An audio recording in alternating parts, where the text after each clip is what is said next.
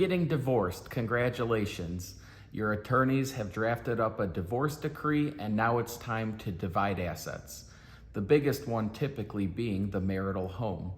In most cases, the parties will agree to either sell the house and split the proceeds, or one party continues living in the house and buys out the other party's equity share. The marital buyout is where me as a loan officer comes into play.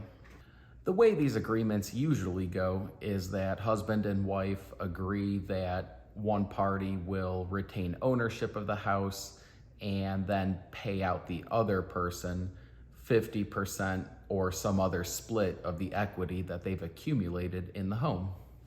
In a lot of cases, this requires a refinance of the mortgage because most of the time both husband and wife are on the mortgage note, which means that they're both obligated to pay back the loan. And this is still true regardless of whether or not a judge or a court has ruled that one party is responsible. That's all fine and dandy, but if payments stop being made on that loan, that mortgage holder is going to foreclose on both parties because they're both on the note.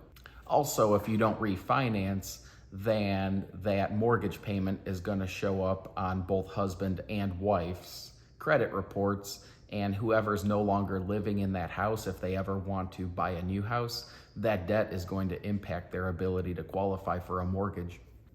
I'm not an attorney. This isn't legal advice, but I'm sharing the perspective of a loan originator through the lens of a mortgage lender.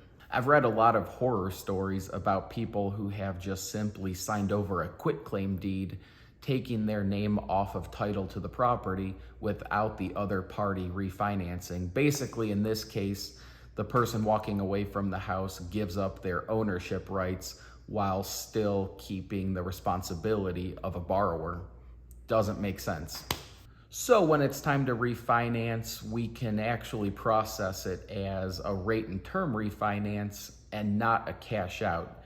Even though you are pulling cash out of the house, it's a special use cash out, so you don't get the additional pricing hit that you would normally see on a true cash out refinance. In other words, the interest rate is a little bit better if your loan officer structures the file properly.